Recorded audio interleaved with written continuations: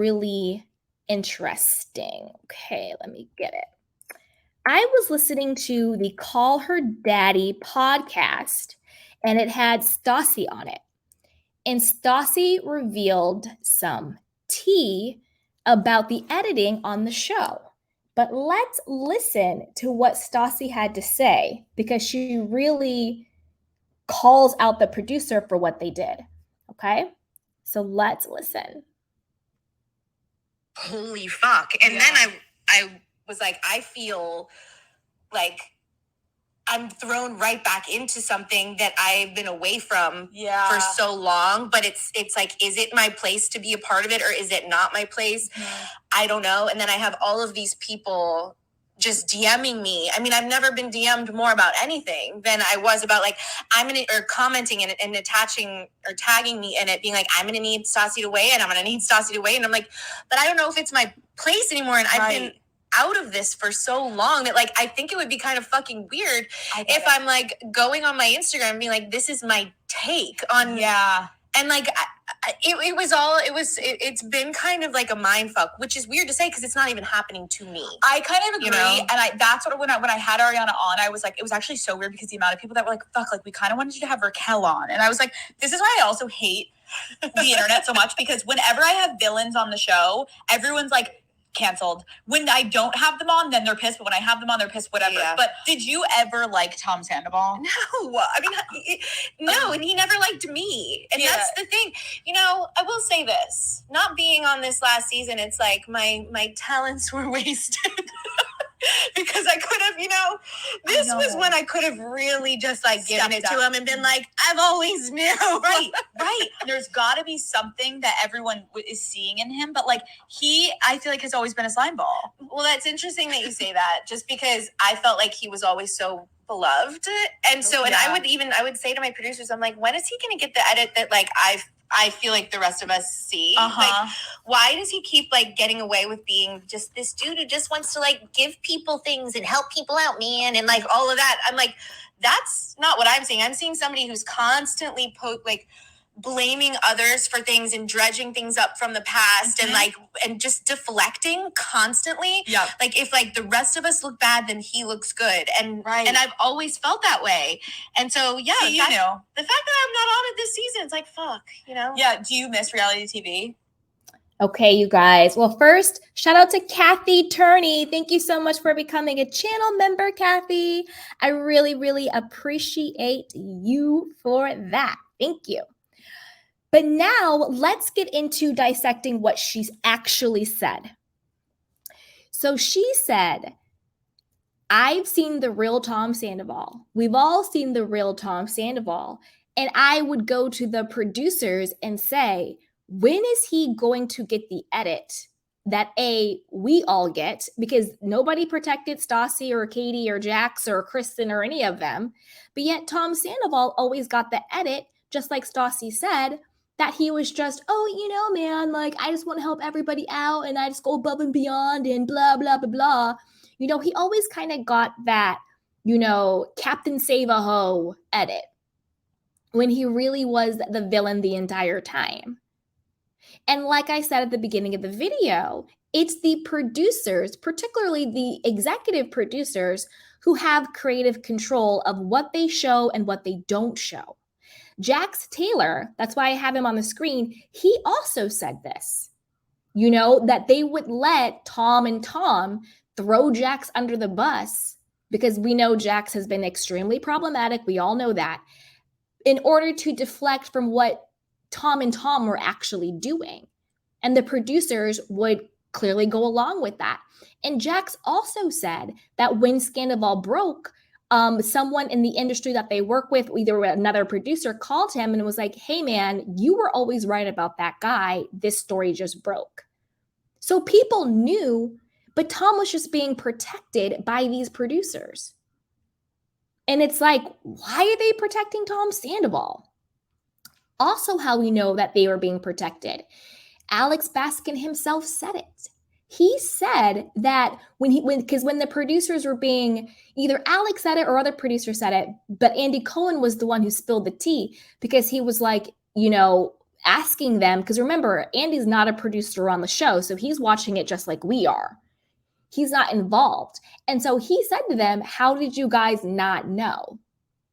To the producers, like, you guys must have known. And Andy Cohen told it that they said, oh, we just took Ariana's lead, so we never followed the story. Excuse me, sir?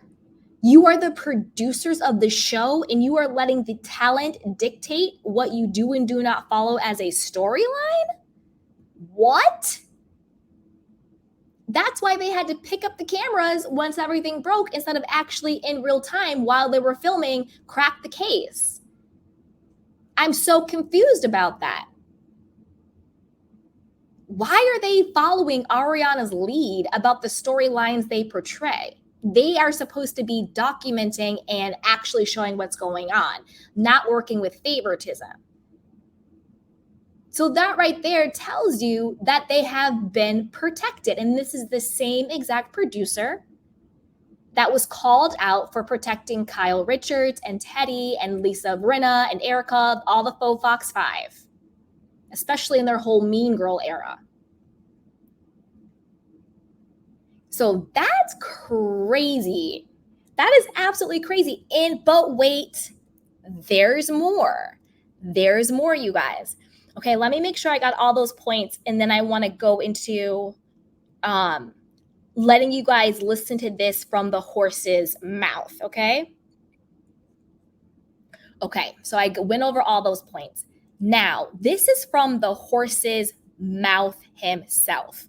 So there is this podcast called I've Had It. I'm obsessed with this podcast. It's hosted by Jenny and Pumps. I love them. I love them, love them, love them, love them, love them. And he was a guest on their podcast yesterday. I think it was yesterday the podcast dropped, and I listened to it this morning, and I was super excited. I was like, oh my gosh, what a great crossover. Because it turns out he was actually the producer on their reality show. So Jenny and Pumps, they were on a show called Sweet Home Oklahoma on Bravo by Evolution Media, and Alex Baskin was the producer on that show. And so they had him on, and I was super excited. I was like, oh, this is going to be a great episode. But then when I heard Alex talk, I was like, what are you talking about, dude?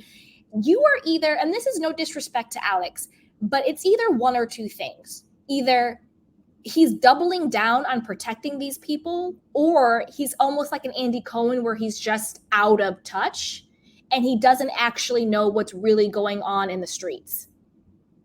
One or the two. One or the two. Okay, but let's listen to it. So I'm going to go through different segments of the podcast, and I'll let you listen to it, and then we'll talk about it and dissect it, okay? So let's buckle up. You know, hey, we're just here to document. So. Totally. Let me ask you this. So when I watched, when did you all, Evolution, the production team, when did you all find out about the relationship? Well, we had heard a bunch about it. We had heard about Tom and Raquel hanging out, and there were suspicions, and we covered that in the end of the season, which was in September. So that's when we actually shot what happened at the end of the season. But we didn't know that it was anything more. And by the way, Ariana herself had heard about this and had talked about it on camera, and trusted Tom and trusted Raquel. So we really didn't know for certain until Ariana herself discovered on Tom's phone that there was exchanges between him and Raquel, and Tom had to come clean. Did you have suspicions like prior to this? Because the episode that I watched, one of the reunions, it flashes to Ken, who's like, I don't know, 75, 80 years old, right? And it sounds like he's cracked the case. It's this flashback, and he's like, hey, did y'all notice that Raquel and Tom were in the hot tub? And I thought to myself, having been on a reality TV show before, you have 30 people everywhere you go with you. And I thought, if this old motherfucker has cracked the case, Evolution had to have been onto it to some extent through the show gossip of your filming cycle. I mean, we definitely were aware of the rumors, and we were, obviously had heard what Ken had heard. But I personally, I have to say, maybe I'm an idiot, but I almost thought it was so blatant that it couldn't be true. I really, at this point too, I should be the most suspicious person of all time. And with this group in particular, where there's smoke, there's fire, and every rumor turns out to be true. So I didn't really know what to make of it, and I had just presumed, that it was like, oh my God, like that is so devious. Like I don't actually believe it. That's one thing I want our listener to know. Like, so I'm new to this. I don't watch the show, but I watched it. Okay, let's break down that segment and then we'll get into the next segment. Excuse me, sir, producer. You're like, oh, it's just too crazy to be true. I just don't believe it. Wow, that'd be devious. And there's something about his voice. I just don't believe him. I think production knew, and they chose to cover it up and protect. Because he's saying it right now. We heard stuff. We knew stuff, but Ariana didn't find out. Oh, this must be too crazy to be true.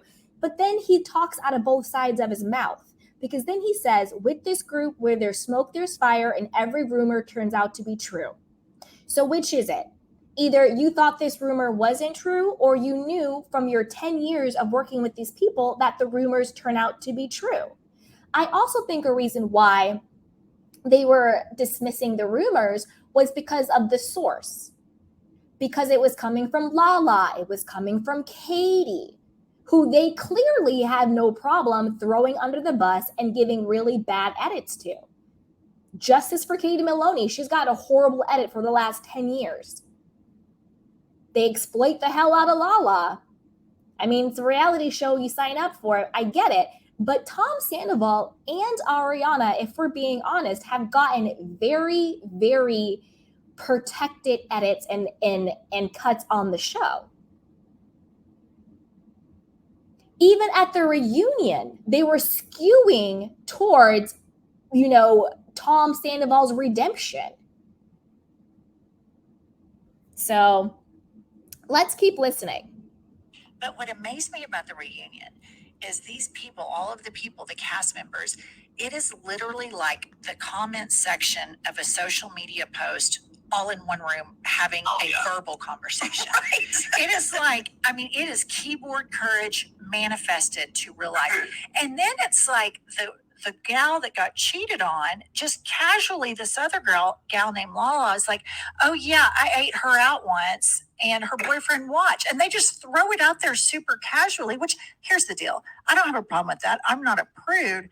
But at the same time, sometimes they've all fucked each other. Lala's eating this other girl out. Then they're all so mad. Sometimes I had a hard time reconciling, like, y'all all fucked each other and everybody's eating each other out. So what's going on? Yeah. That's kind of how I think what they would say is where they felt like it was a greater betrayal is they've all openly done that stuff, and they've had indiscretions, and they've had, moments of weakness or done things that they shouldn't have done. But I think the fact that this was ongoing, right, and the fact that it was right under Ariana's nose and all of their noses, I think that's really what it was. But I agree. I mean, the sense of moral outrage is a little bit extreme. I almost felt sorry for the Raquel girl, not because, what she did was horrible. I didn't feel sorry for her at all. But they were all so hateful and mean and ganging on her. She showed no contrition. No, she didn't show. I think she did say she was sorry, but she was outmatched. I did not feel empathy for her. I just felt like she was so outmatched. What she did is inexcusable. Period, full stop. But I did feel like, man, she is, because the guy with the mustache that she'd been fucking, he didn't run to her defense at all. What's his name? Sandoval? Yeah. What about the end? What about that, the coda? Did you feel bad for her after that? No. I thought that made her look worse. That's when she freaked me out even more. Yes, agree. Because at least during the actual reunion, she was like a deer in the headlights. Okay. Right. And everybody was against her. Then when she's doing the one-on-one with your showrunner or one of your producers, she's talking about the affair and she's smiling and you can tell that she has, very fond memories of it. Her body language and everything. I was like, she feels zero remorse for this. And I didn't buy, I hate lying. I hate being deceitful, because every time she spoke about Tommy, you could tell that she was overtly affectionate towards him. I was going to ask you this, Alex. She was so inappropriate, her affect in that one-on-one. Was she just so nervous she was smiling and giggling? Or is it that she was, like Jennifer said, just had such fond memories and it, couldn't control it? I think she was struggling under the weight of the whole situation. And so I think that was 6 days after the reunion, and clearly she was more unsettled than she even had been. She's the one who initiated that conversation. So, the showrunner, certainly Jeremiah, was prepared to have it and then asked her a number of specific follow-up questions. But we didn't know that was coming. I mean, we were, one of the conspiracy theories we're dealing with, and there are a lot of them out there, is like somehow that was staged or it didn't really take place after the reunion. And you guys will appreciate this. It's because, she was wearing the same wardrobe that she had worn before. It's like, because we match wardrobes. Like, right, so, pickups. Right. Exactly. Right. So it like there's nothing, to catch us on there. But I really felt like it was someone who was having a really hard time handling the whole situation, and it was saying the things that she wanted to say. It was just like, I'm not going to toe the line that I did anymore, and stick to a certain story that I was asked to tell. This is what happened. And so I felt for there. And look, I have concerns about everybody involved. All right, let's dissect that segment and then we'll keep listening. Alex, what? Again, the way his voice is so shaky, he's either really nervous or he's lying. There's something about his voice I don't trust, but let's break down what was actually said. Number one, shout out to Jenny and Pumps from I've Had It. I agree with them 100% on the part about the end of season 3 reunion. I said this. I did not think that did Raquel any favors. If anything, it made her look even more evil. Just like Jenny said, and I said this before too, she was smiling, she was laughing, she was remembering the sex with Tom Sandoval. She wanted to rub it in. She wanted to have that time after the reunion because she wanted to show the world and to show Ariana and to show Lala she's special and she's different. It wasn't just a one-time thing. She did go home with him and they were having all of this sex and it's so different and special. It was not because of what Alex is saying, that she just had the weight of the world on her shoulders and she just wanted to come clean. Like, miss me with that. Miss me with that. I'm so confused. And that's what he was saying at Variety and at all the events. Oh, there's this huge twist. It's going to make you rethink everything. What twist was that? She literally just admitted that she was having sex with Tom Sandoval multiple times over a longer period of time, all over the place, which everybody knew. So I'm really confused why Alex keeps trying to say this somehow vindicates Raquel and she just wanted to come out and get it off her chest and tell the truth. What? And Pumps, I love you, Pumps, but you got to watch the show. You're having too much compassion for Raquel, but you don't watch the show. I was agreeing more with Jenny where she was like, I didn't feel any bad for her. She came on because that was the same exact read I had on Raquel too. I was like, this is a side chick who wants to stake her claim. This is not someone who realizes what they did was wrong and horrible, and they are trying to make up for it, and they're trying to sort of apologize to the person they did wrong. She didn't show any remorse for what she did. She showed remorse for getting caught. And this just proves to me they all knew. There's no way they didn't know. And he's either now just not in the know because we all knew, or he's doing damage control and still trying to protect Tom Sandoval and protect Raquel for whatever reason. Who knows? But this, to me, did more harm than good when it comes to their credibility. You know what I mean? It's ridiculous. It's ridiculous. And I agree with that was the same exact read on Raquel that I got the last 5 minutes. Not that she was some, oh, I'm so whatever, but she wanted to make sure we all knew how far and how deep their love was. Girl, bye. But let's keep going. In any of the shows, because I think but especially this, because the public reaction to this is so intense. Yes. And we struggle with that because, like, look, are we in part to blame for that? Obviously, we're making the most of this, right? I mean, we're milking it, but on the other hand, like, I do think that it's important for people to remember it is just a show, and yes, these are people's real lives, and they did the things that were complicated. But it's like, come on, man. Okay, I have two questions. Number one, were Sandoval's tears real? Or is he just kind of one of those manipulative crier types? I thought those were real. I thought he was overcome with emotion. I thought he was having a really hard time with all of it. I thought that was real. Clearly, he wasn't telling the full story, but I thought that I thought that was real. I saw him struggling that day. That was not someone, who showed up and put on a performance. And by the way, if it was fake, then and if he were acting the entire time, he might have done it differently, right? Because then he would have come out theatrically from the beginning and would have said, I am so sorry. And he certainly didn't do. Well, and he certainly would not have said, we fucked, but she had her shirt on. It was so hot. Wait, we'll get into that part. I'm sorry, but this, like, Alex, I don't know. He needs a PR person. He needs a publicist, because this interview did him no favors.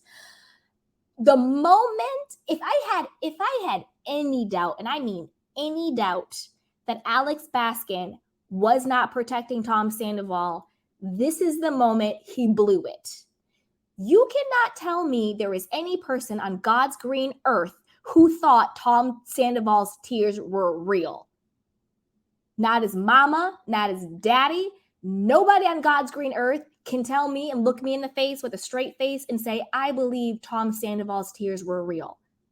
That's a crock of crap. That's when I was like, okay, Candy, your instincts are right. This producer has really been protecting him. He should have at least tried to tell the truth. Like, well, yeah, maybe he was forcing it because he knew the situation. But you're telling me anybody in their right mind is going to sit with you in a straight face and say Tom Sandoval's tears were real? What? Like, absolutely no way. And then he also got it wrong, because he says, oh, well, if he was acting, then when he first came out, he would have been like all apologetic, like, I'm sorry and all this stuff. He did do that. But what happened was Lala and James came for his neck every single time.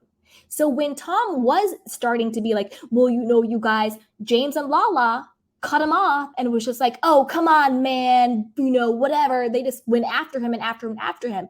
But that's actually the strategy he did do. The only difference is he didn't get away with it this time because Lala and James called him out on it.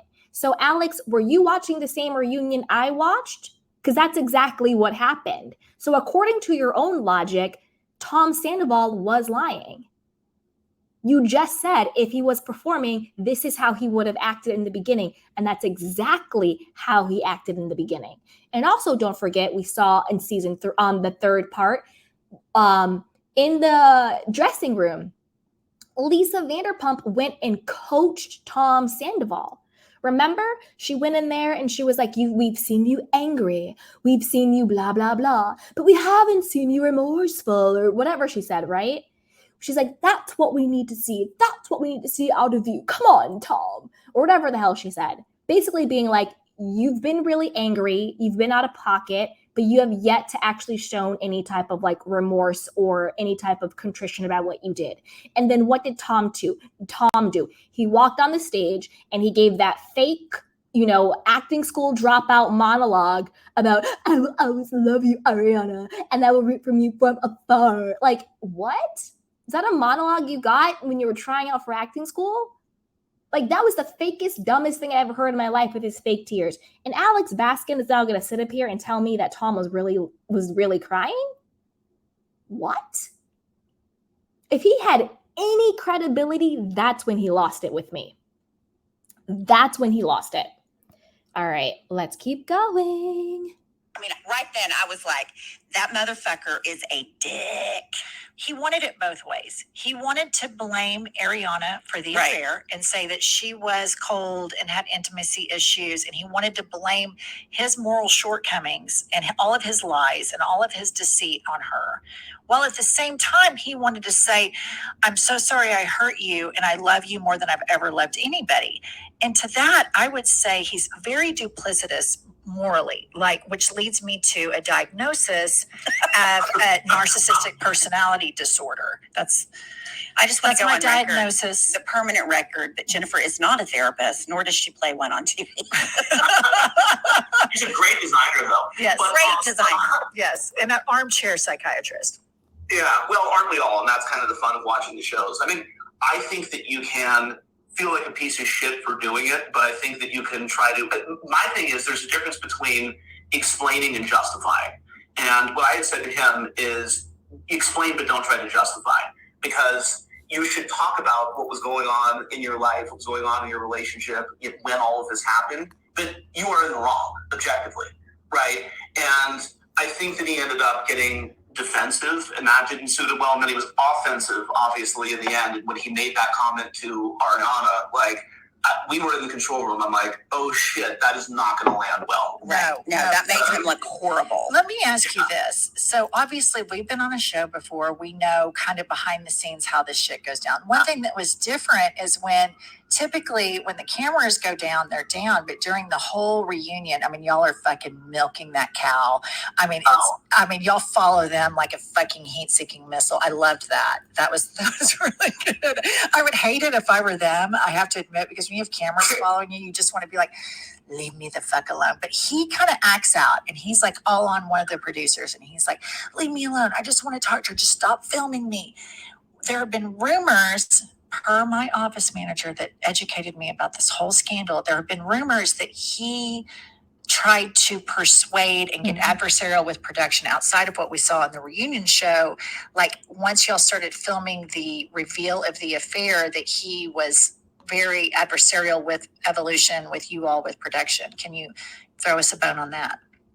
Yeah, I mean, I will, again, to the credit of this group, we found out about this, like I said, on March 2nd and March 3rd. We were filming. We filmed that next day. But at one point, he was pissed at us and didn't want to keep shooting before the reunion. I wouldn't call it adversarial, and I'm not even being diplomatic. I really, because we were still talking and we were figuring it out. Raquel had stopped filming with us. And she was a question mark to go to the reunion. And then a couple weeks before, we started conversations with her team, and obviously she ended up there.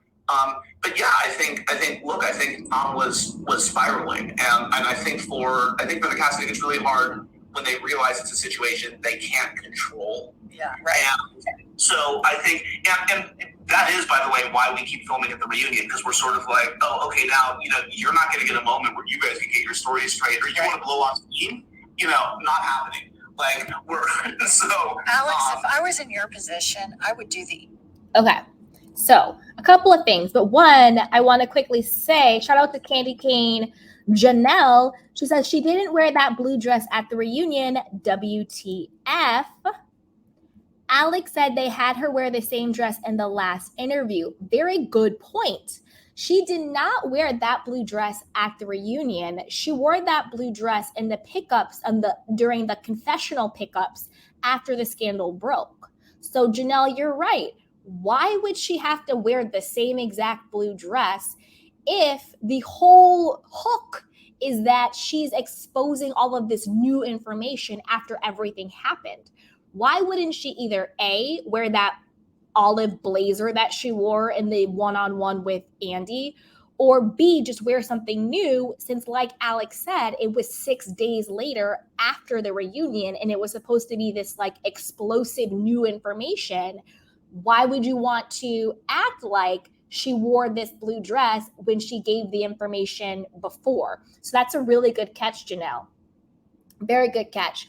And then also about what he was saying in this last segment, Tom Sandoval was being aggressive and violent and adversarial. Stop trying to protect Tom. We saw with our own eyes. He's swearing at the producer, Jeremiah, get the F out of my face, man. Stop filming me, man.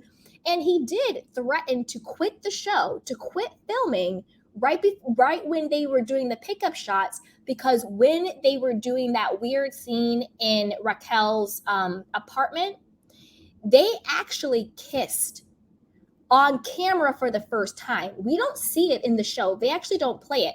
But remember, it was leaked, and Kristen Doty had found out too that they did their first on-camera kiss, and Tom Sandoval was pissed because he was like, oh, this isn't going to make me look good. I'm going to stop filming the show if we don't reshoot the scene. To their credit, they didn't reshoot it, but to their demise, they didn't show it.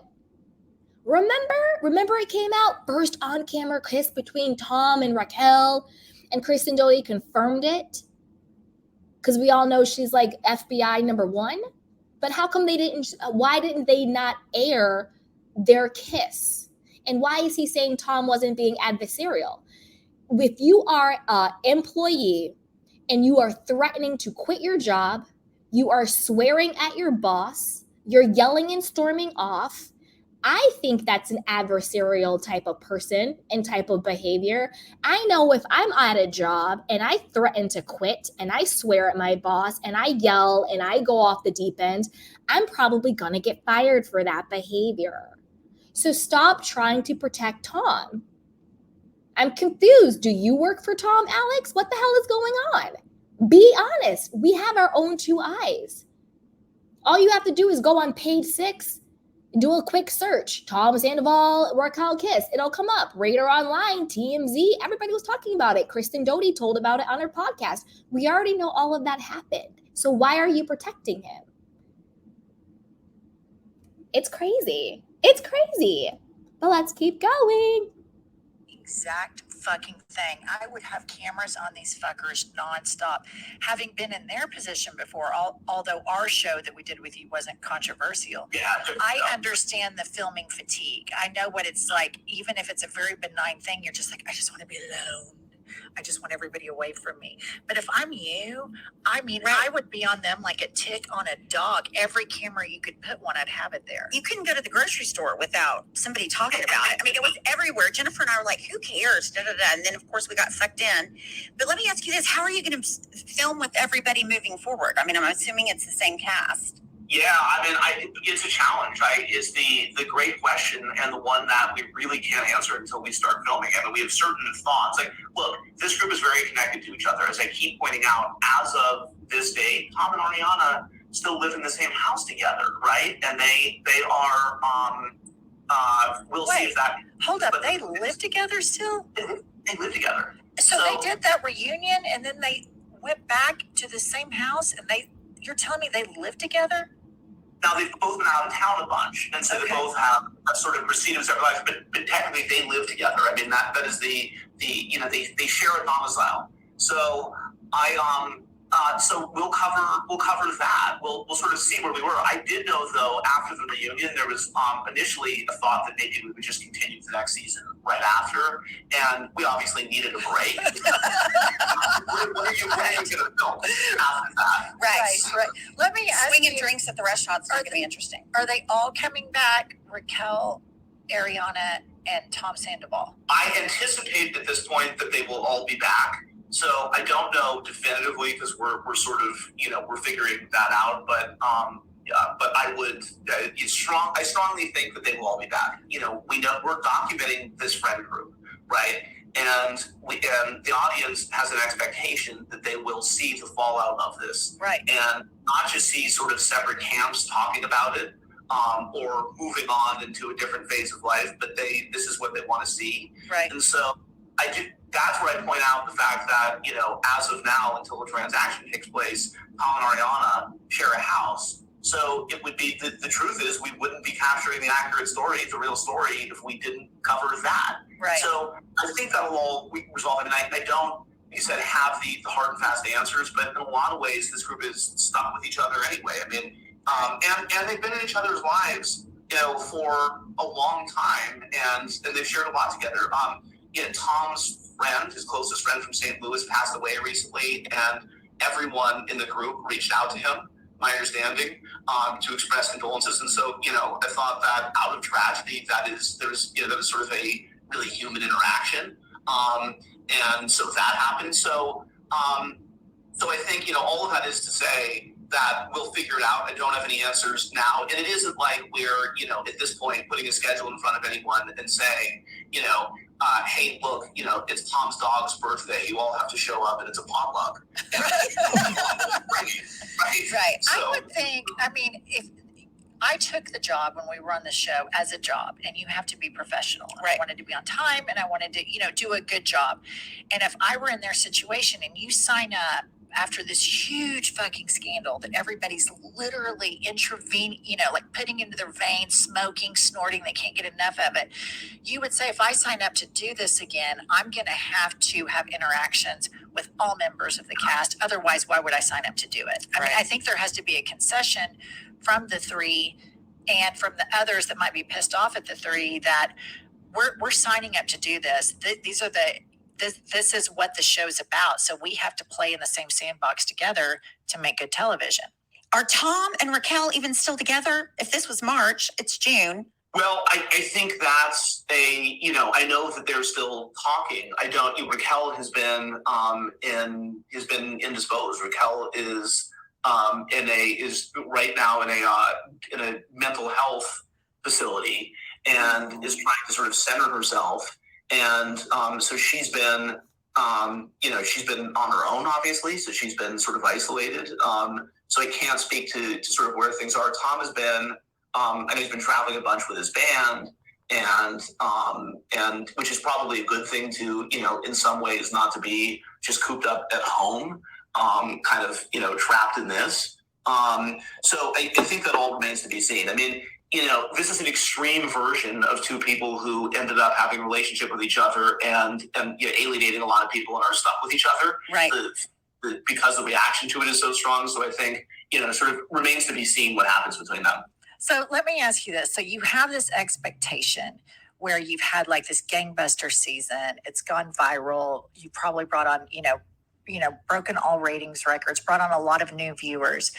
And so next season, it's like, is it going to be the limp dick season? So there have been rumors that you are going to bring back another like old retired Vanderpumper. And so you can tell us here first, Alex, your good old gals from Oklahoma, who's in the running from the castaways to come back on Vanderpumps? Well, I think it's likely that next season is the same principal cast that you've seen, and then there might be some appearances from others. But we're not looking to, just shake things up by throwing other people into the stew. So it's a rumor that makes a lot of sense, right? Because that is like.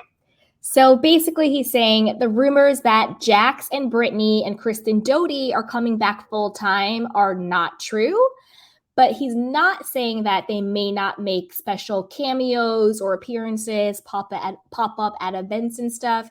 And I also don't think the rumors about all of these spinoffs, like it's going to be Stassi and all these people getting all these spinoff shows, I don't think that's true either. We know that Lisa Vanderpump is getting Vanderpump Villa. I think that's filming in France, though. And then also Lisa Vanderpump is opening up another restaurant in, where is she opening it up? It's someplace like San Jose or I can't remember where it is, but she's opening up another restaurant that's not in West Hollywood. Still a group of friends that are really connected to each other. Right. So I get where it's coming from, but I also think that we want to see, this group hash it out, and we want to see this group figure it out. And as much as sure, look, I always feel the pressure. I certainly do after this, because to your point, I think it would be, easy for expectations not to be met. And I don't want that, obviously, but we also don't feel like we need to do any stunt or, stick a firecracker up the ass of the show. But I think we have a lot to work with. Right. You got lots of firecrackers. Okay, Alex, now we're going to play a game with you called Had It All right, so that was like the bulk of the good interview. Listen, Alex Baskin, I know I dragged you this episode, but I actually, I mean no disrespect to you, but I gotta call it like I see it. I don't know how production didn't know, and I don't understand how production wasn't protecting Tom and Ariana, and by proxy Raquel. And I don't believe you in this interview. I think you're still lying because what you're saying doesn't make logical sense. And unlike some other people like Raquel and Ariana, I'm not going to let people gaslight me. You're not going to tell me that what I see is not what I see. And from what I saw, y'all knew. And you're still protecting and you're still deflecting. It's really weird and really bizarre, and I don't know why. Lake Tahoe. Thank you, Annalisa. Yes, Lake Tahoe. She's opening up a restaurant in Lake Tahoe. Thank you so much. But as always, stick around, Candy Cane, because I'm going to take your Candy Cane questions and comments. So as always, let me know what you think. Put it down below and be sure to like, subscribe, and share. So with that, let's take some Candy Cane's questions and comments, and I will also